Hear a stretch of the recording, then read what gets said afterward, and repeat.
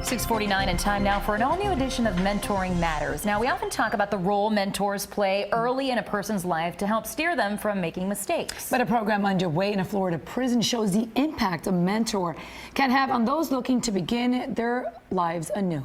CBS 4's DeFede has their story. Behind the barbed wire fences of the Everglades Correctional Institute, what qualities does a good mentor possess? A group of men gathered to discuss the value of mentoring. Patience, because I didn't have a father figure growing up. No, I think we all are here for making bad choices. Who had attitude? The program inside the state prison on the western edge of Miami-Dade County is unique in that it relies on the prisoners themselves to become the mentors for their fellow inmates. I wish I had a mentor growing up that I paid attention to. I've learned and grown so much more than I ever learned in any school class or anything I ever did. I learned about life, I learned about people this way. I've had the best conversations, in my life right here at Everglades. Alan Cohen oversees the Horizon program, as it's known. Under the program, 128 inmates live in 2 large dorms where they are encouraged to develop a sense of family, learning from each other ways to become better people. They are also offered computer training and other skills that can help them when they are released. I had very close friends of mine that would even ask me, why would you be doing something like this? Why do you want to help people that are in those type of situations?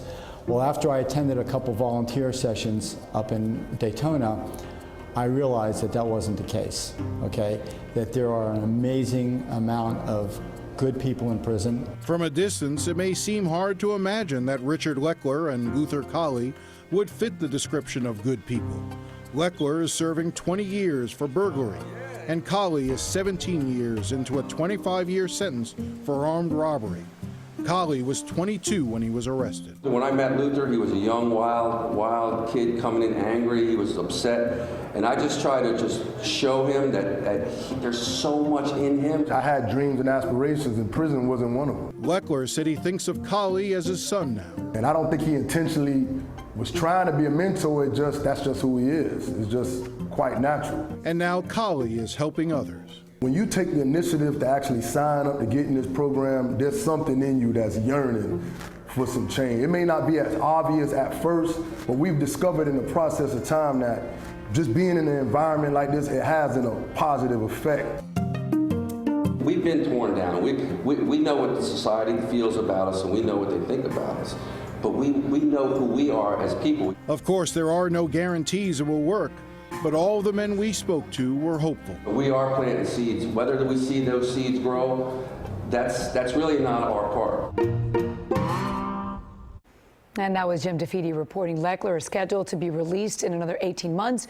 While Colley's release date is 2024, he is hoping even then to continue to help those in prison restart their lives. For information on how you can get involved as a mentor, head over to our website, cbsmiami.com/mentoringmatters. And we want to hear about mentors in your life. Email us at mentoringmatters@cbs.com.